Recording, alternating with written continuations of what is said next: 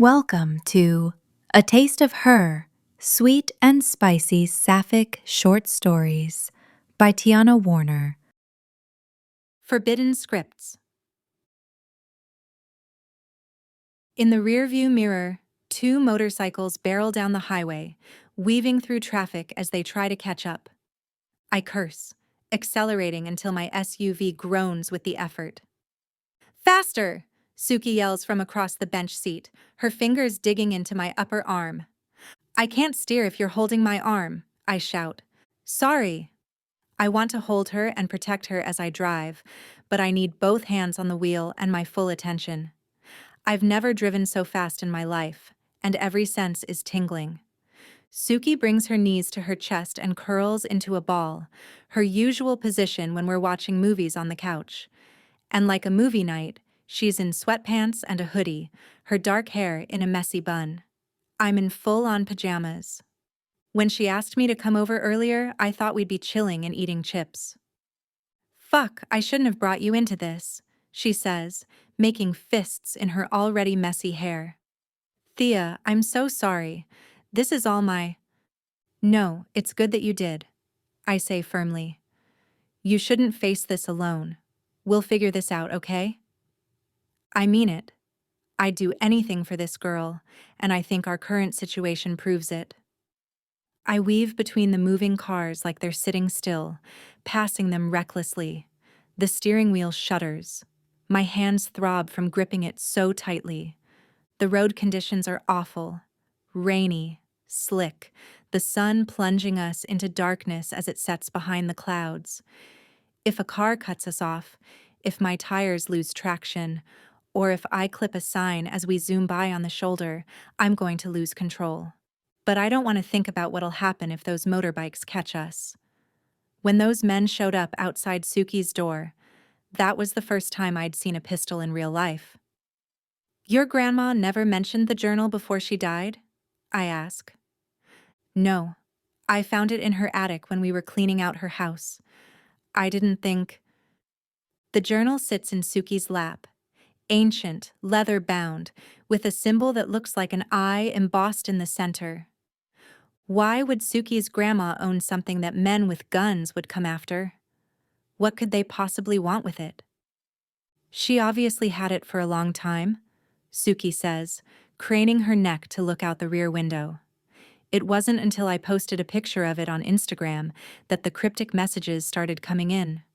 Strangers offering me money, threatening me, telling me to mail it somewhere because it's not mine to own. But what's in it that could possibly... Thea, they're catching up, Suki yells. I curse, checking the rearview mirror. Damn, these motorbikes are fast.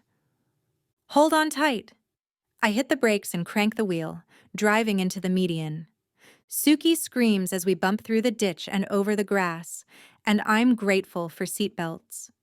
The hairbrush and lip balm in my cup holder bounce out and hit the floor. On the other side, traffic flows steadily in the opposite direction. We don't have time to wait for a gap. I lean on the horn and accelerate, merging into the carpool lane whether the traffic is ready for me or not. People honk and swerve, and there's a thump as someone clips the back of the SUV, but I straighten out and keep going. Are you okay? I ask, a tremor going through me as I glance over. Yes. Eyes on the road. Suki looks out the back window again, breathing fast. I think that did it. I don't see them. My heart is in my throat. These guys won't give up that easily. It's a matter of time before they catch up again. Where's the nearest police station? I ask. I drove us all the way out to a rural part of town, and I don't know this area well enough to figure out where to find help. Not until I figure out what the notebook means, Suki says. I can't risk anyone asking me to hand it over. What if it's something she wanted me to have? I don't know how to respond. On the one hand, we're being chased by two men with guns because we have something they want, so this seems like a good time to go to a police station. On the other hand, I don't want to tell Suki what to do with a family heirloom, and I'm really curious about what the heck this journal contains. She turns on an overhead light and opens the journal, studying the handwriting. The pages are full of vertical text. The weird thing is that the characters are totally illegible. Nobody in Suki's family could figure out what the pages say, and the internet was of no help. It's like the journal was written in a language of its own. The way she's hunched over the book, her fingers tapping the edge, loose strands of hair touching the page, reminds me of all the time we spent studying after school. How many times did our study sessions stretch on for hours as we enjoyed each other's company? And how many of those hours did I spend secretly making hard eyes at her, wishing we could be more than friends? A lot. And I'm doing it again. I force my attention back to the matter at hand. Okay. We'll stay hidden and figure out what this book means before we get help. I feel her gaze on the side of my face. She looks at me like this sometimes, a complicated thought process going on behind her brown eyes. I wish I knew what she was thinking. I know what I want her to be thinking, but I'm probably wrong. After a moment, she says quietly, "I seriously owe you." "You don't. Let me be your ride or die, Suki." In my periphery, she gives a weak smile. It's something I said to her as a joke the day we met in 10th grade, when she was the new girl and I was assigned to show her around. Ride or die. I bite my lip to hide a grimace. I never would have guessed that we would be in this position 3 years later. I veer onto the shoulder to pass a few cars and exit the highway. Night falls as we barrel down a rural road, plunging us into blackness. I pass 2 and 3 cars at a time, praying for no oncoming traffic. Headlights illuminate the inside of the car in bursts. The windshield wipers scrape loudly, filling the silence. "Your grandma was a great woman," I say, glancing at the mysterious book. "Remember when we—" "The sleepover," Suki says, some tension leaving her shoulders. I grin. Still the best sleepover ever. Around a curve, we pass a semi-truck going the opposite way, and my heart jumps as I struggle to keep my SUV centered in the lane while going double the speed limit. "I can't believe my grandma let us watch a Stephen King movie that night," Suki says. "It was fun, though. So fun." She's probably remembering the movie for different reasons than me. If I'm honest with myself, that night was definitely my queer awakening, and I wouldn't have said no if she'd leaned in to kiss me. Prom was coming, so we decided to watch Carrie. We ended up clutching each other under a blanket, and I'll never forget the butterflies inside me as I rested my head on Suki's shoulder and held her hand, pretending to be more scared than I actually was. I remember the feel of her warm body against mine, her soft skin and hair, the sweet smell of her. Then, when it was time to sleep, her grandma only had one guest bed.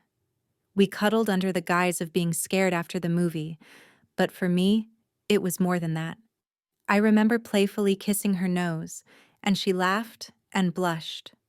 We fell asleep in each other's arms. We never talked about it, and I never found out what her feelings were that night, whether she was cuddling because she wanted to touch, or if she was just being a friend. Neither of us has ever dated anyone, and we've never talked about crushes. "Remember we ate her entire tin of cookies?" Suki asks, pulling me from my thoughts. I moan. "I still dream about her chocolate chip cookies. Tell me you have the recipe."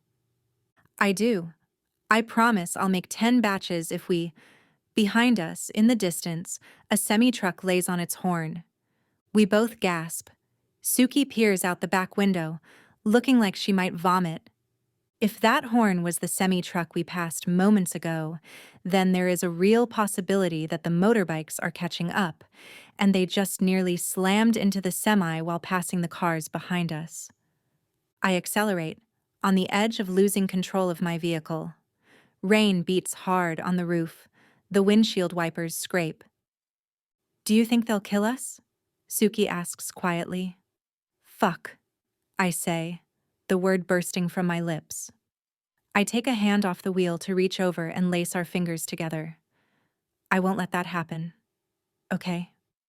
Suki squeezes back, breathing deeply, like she's on the brink of breaking down. I curse under my breath. I want to make this situation better. Seeing her like this is making everything inside me spiral. It's hard to breathe. I could be about to lose everything that makes me happy. I have to tell you something, I say, the words spilling out. I've spent too long not knowing, and I don't want to die without saying it. What? If something does happen to us? My mouth is dry. It's hard to get the words past my lips. I want you to know that I love you. I love you too, Thea. You know that. No. I shake my head, putting both hands back on the wheel. My heart is ready to burst out of my chest. I'm in love with you, Suki. Like, your smile is my favorite thing in the world, and I miss you whenever I'm not with you. And my heart feels like it's literally expanding every time I look at you.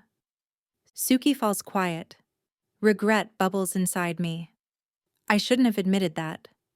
I don't know what I was thinking, and I don't know what I expect her to say. This isn't the right moment to confess my feelings. You don't have to say anything, I say, heat rising in my face. I just wanted to tell. I love you too, she says, her voice thick. I glance at her, stunned. You do? Her eyes are watery. She swipes a hand across her cheek and nods, smiling.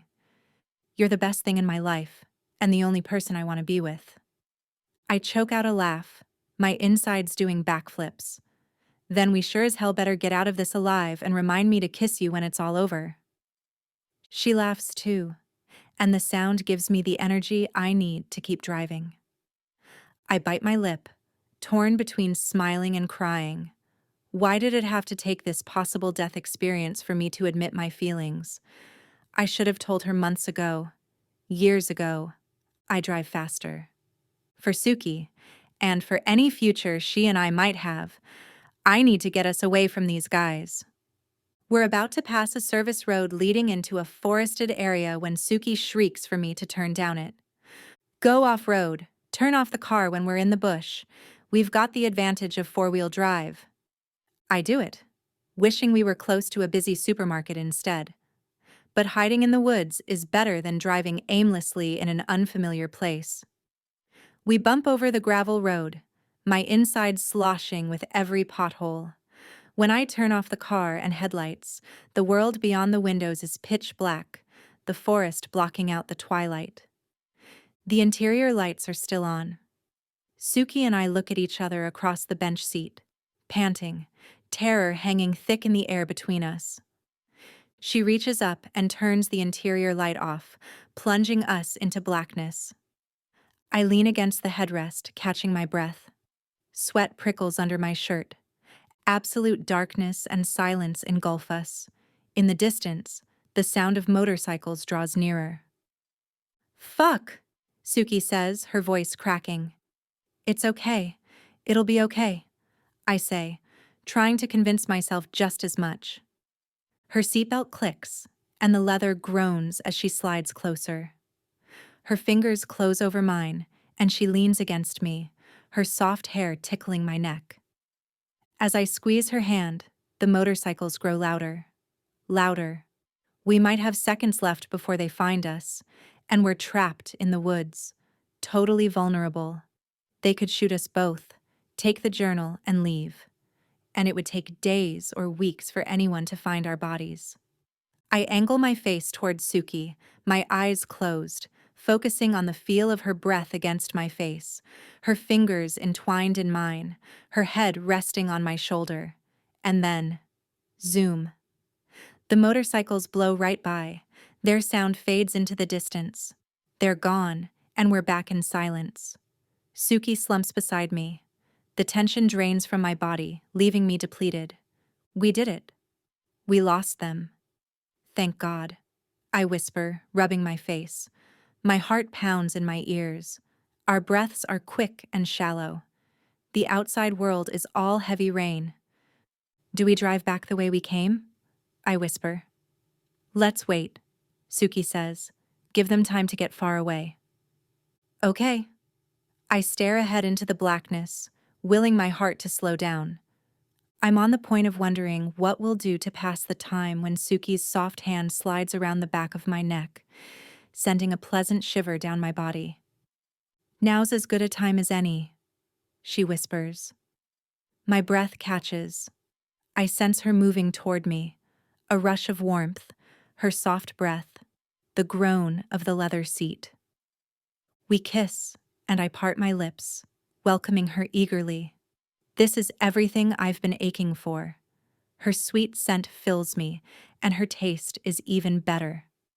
I suck on her lower lip and tongue her gently, needing more. Her skin is soft and cool beneath my hands.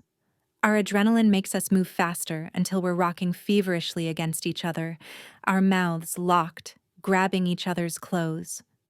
She pulls me hard toward her. I hold her close and kiss her with everything that's been building inside me all these years. Wayward strands of her hair tickle my face and neck, silky soft. "Thea," she says, gasping. The sound sparks something in me. I struggle with my seatbelt, unbuckling it in a frenzy. I tease her earlobe with my tongue, making her moan, and graze my teeth down the soft skin of her neck. Needing to be closer, I straddle her lap, my knees on either side of her thighs. We fumble with each other's shirts, pausing our kissing for long enough to toss them aside. Her skin grows hot beneath my palms, begging to be kissed and licked. I wrap a fist in her mussed-up hair and run my tongue down her neck, moving lower. She moans, tracing her fingers up and down my body. I arch my back, pressing my hips and breasts against her. Her skin feels amazing on mine, soft and warm. Before I can claim her mouth again, she dips her head and kisses my breast, moving toward my nipple. I gasp as she licks and sucks. My fingers tighten in her hair. A tremor passes through me. I want her badly. I reach between her legs and massage her through her sweatpants. "Can I?" I whisper, breathing hard. "As long as you let me do the same," she says, and I can feel her smile against my lips. "Okay." I slide my hand into her sweatpants, and she gasps. The feel of her on my fingers is dizzying. I bite my lip, an unbearable burning sensation igniting low inside me. "Yes," she whispers, reaching into my pants to do the same to me. The way I'm straddling her lap, my legs open, her fingers feel so good that it's hard not to cry out. I brace my hands on the headrest, rocking my hips with the rhythm of her hand. We massage each other, our hands moving faster, our breaths sharp. In the blackness, the whole world is just the sound of her breaths and moans, the feel of her body against me, the taste of her lips and skin. Sweat prickles on my skin as the SUV warms. "How come it took us so long to admit it?" Suki asks, panting. My brain is slow, dizzy, afraid of wrecking our friendship. Maybe. I wouldn't call this wrecking anything. God, you feel good. Suki pushes me sideways and gets on top of me, pinning me down on the bench seat. She opens my thighs wider, making me moan. I undulate my hips, losing control, heat building low inside me. I can't believe this is happening. I have to commit everything about this to memory, because after tonight, who knows what'll happen. Suki trembles above me, crying out as I finger her and bite her neck. It's unbearably sexy to see her lose control like this. My body is responding, trembling, wet, and the noises coming out of my mouth are totally involuntary. "Yes, yes," Suki says, gasping. "Right there." "Same." I tilt my hips, my whole body tightening until the heat inside me reaches a peak. My body releases, and I lock my lips onto hers, stifling my cries. I'm disoriented, detached from the world completely as waves of pleasure ripple through me. Suki climaxes with me, shuddering, gasping as if trying not to scream. As we come down, she's panting hard and kisses me twice with tired lips. I link my fingers in hers, catching my breath, dizzy with ecstasy.